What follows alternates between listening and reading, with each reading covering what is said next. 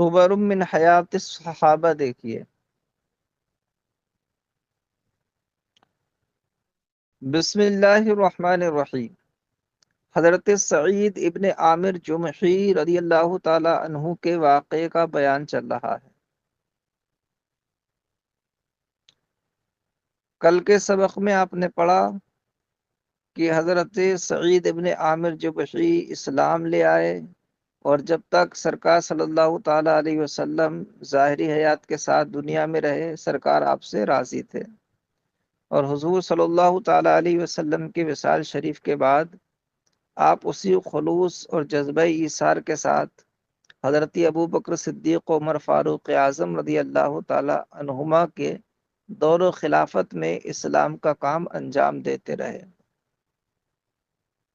حتیٰ کہ حضرت ابو بکر صدیق رضی اللہ تعالی عنہ کا دور گزر گیا، حضرت عمر فاروق اعظم رضی اللہ تعالی عنہ خلیفہ بنائے گئے، تو حضرت سعید ابن عامر جمحی حاضر ہوئے، تو آپ نے حضرت عمر فاروق اعظم کو کچھ نصیحتیں کی، اور اتنی سخت اور زاہدانہ نصیحتیں تھیں کہ حضرت عمر فاروق اعظم بھی بول پڑے کہ ایسا کون کر پائے گا، اتنی استطاعت کس کے اندر ہے؟ تو حضرت سعید ابن عامر جمحی نے کہا تھا کہ اے عمر، آپ جیسا انسان کر سکتا ہے جسے اللہ تعالیٰ نے امت مسلمہ کا والی بنا رکھا ہے، جس کے اور اللہ کے درمیان کوئی حائل بیچ میں نہیں ہے، یہ بات کہی تھی۔ اس کے بعد کیا ہوا، اس کا ذکر مصنف یہاں سے فرماتے ہیں۔ فرماتے عند ذالک دعا عمر بن الخطاب سعیدا الی معاذرته، جب یہ نصیحتیں سنی سعید ابن عامر سے، تو پھر حضرت عمر فاروق اعظم نے عند ذالک، اس وقت، دعا عمر بن الخطاب، اس وقت عمر بن خطاب نے بلایا سعیدن، سعید کو، الی معاذرته، اپنے وزارت کی جانب۔ دعا یدعو معنی بلانا آتا ہے، معاذرتی، اس کا معنی آتا ہے کسی کو وزیر مقرر کرنا، کسی کو وزیر بنانا، کسی کو والی بنانا۔ اس وقت حضرت عمر فاروق اعظم نے حضرت سعید ابن عامر کو وزیر بننے کی دعوت دی، وقالا، اور کہا، یا سعید انا مولوکا علی اہل ہمسا، واللہ یولی تولیتن، مانا آتا ہے والی مقرر کرنا، مولو یہ اصل مولونا تھا، یہ جمع ہے اس میں فائل کی، ہمسا مضافل ہونے کے باوجود صاد پر زبر اس لیے کہ یہ غیر منصرف ہے، عجمہ اور علم ہونے کی وجہ سے۔ فرمایا اے سعید، بے شک ہم تم کو والی مقرر کرتے ہیں ہمس والوں پر۔ فقالا، تو حضرت سعید نے عرض کیا، یا عمر نشدتک اللہ اللہ تفتننی، نشدہ ینشدو نشدن، اس کا معنی آتا ہے قسم دلانا، اور فتنہ یفتنو فتنتن، اس کا معنی آتا ہے آزمانا۔ آگے آ رہا ہے فغضب عمر، غضب یغضب غضبان، اور غضبن اس کا معنی آتا ہے غضبناک ہونا۔ فقالا، تو انہوں نے عرض کی، یا عمر، اے عمر، نشدتک اللہ، میں تمہیں اللہ کی قسم دیتا ہوں، اللہ تفتننی، کہ آپ مجھ کو آزمائش میں نہ ڈالیں۔ جب یہ سنا فغضب عمر، تو ہے تو عمر غضبناک ہو گئے، ہے نا، کیونکہ لوگوں نے مل کر حضرت عمر فاروق اعظم کو خلیفہ بنایا تھا، اور پوری امت کا بوجھ ان کے کاندھوں پر رکھ دیا، تو حضرت عمر فاروق اعظم کو لگنے لگا کہ یہ سب پورا بوجھ میرے اوپر ڈال کر اب یہ سب علیحدہ ہو رہا ہے، اب کسی کو آزمائش میں نہیں پڑنا ہے، تو غضبناک ہو گئے۔ وقال، اور فرمایا، ویحکم، تمہارے لیے خرابی ہو، وضعتم هذا الامر في عنقی ثم تخلیتم عنی، وضع یضع وضعا مانے رکھنا، عنق مانے گردن، جمع عناق آتی ہے اس کی، تخلیتم، تخلی تخلی تخلین، اس کا معنی تھا علیحدہ ہونا، کسی چیز سے جدا ہونا، تنہا ہو جانا۔ فرمایا وَيْحَكُمْ، تمہارے لیے خرابی ہو، وَضَعْتُمْ هَذَا الْأَمْرِ فِي عُنُقِي، تم نے یہ معاملہ پوری امت کا میری گردن پہ ڈال دیا، گردن میں رکھ دیا، ثم تخلیتم عنہ، پھر تم مجھ سے جدا ہو گئے۔ واللہ لا ادعوک، بخدا میں تم کو نہیں چھوڑوں گا، میں تمہیں نہیں چھوڑوں گا، والی تو ہمس والوں پر بنا کر رکھوں گا۔ ثم واللہ علی حمصہ، پھر حضرت عمر فاروق اعظم نے انہیں حمص کا والی بنا دیا۔ وقال، اور فرمایا، الا نفرض لک رزقا، فرمایا کہ ہم تمہارے لیے کوئی وظیفہ، کوئی تنخواہ، کوئی رزق مقرر نہ کر دیں۔ حضرت سعید ابن عامر جمحی بہت زیادہ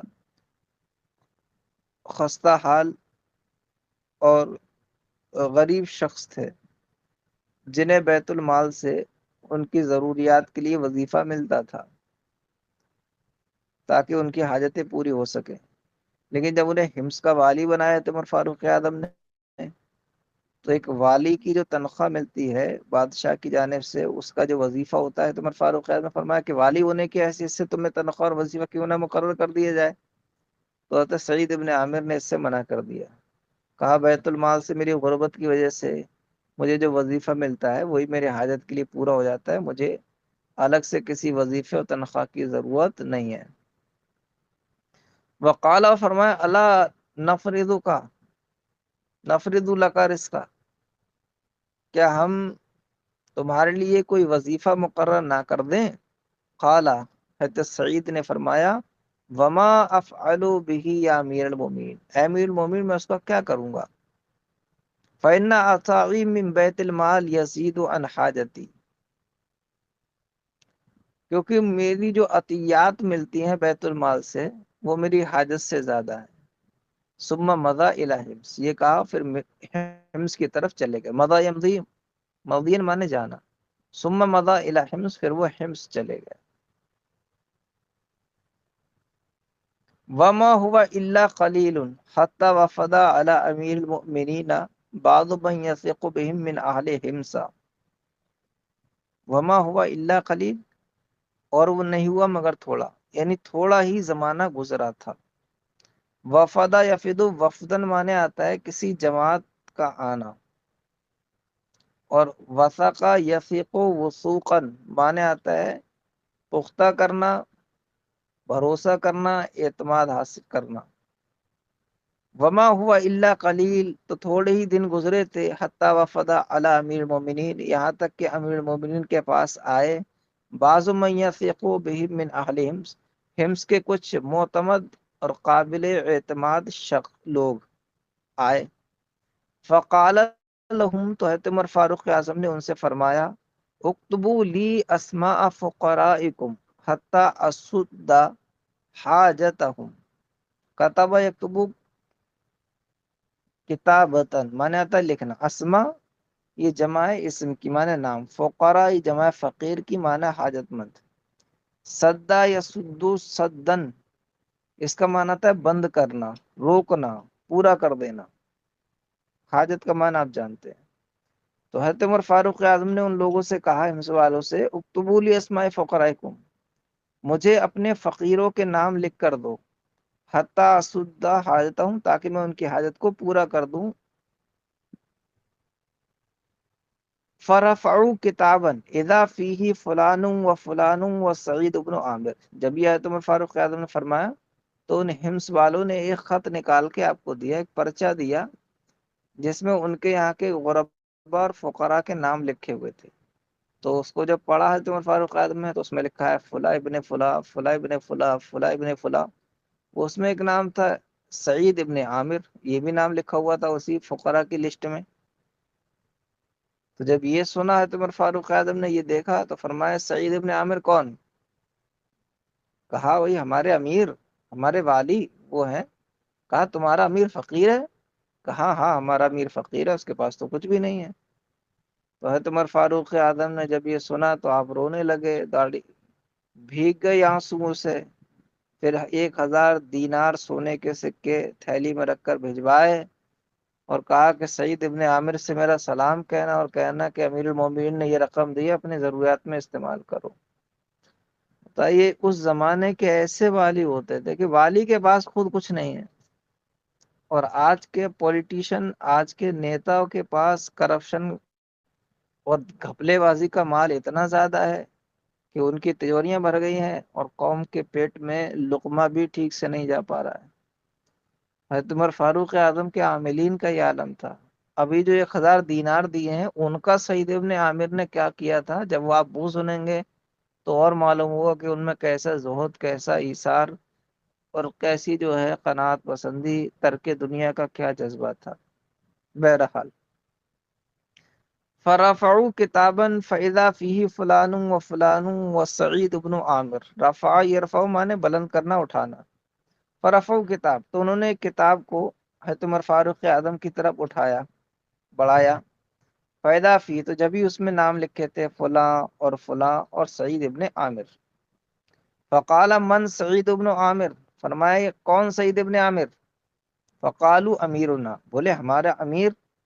قال امیرکم فقیر، کہا تمہارا امیر فقیر ہے؟ قالوا نعم، بولے ہاں۔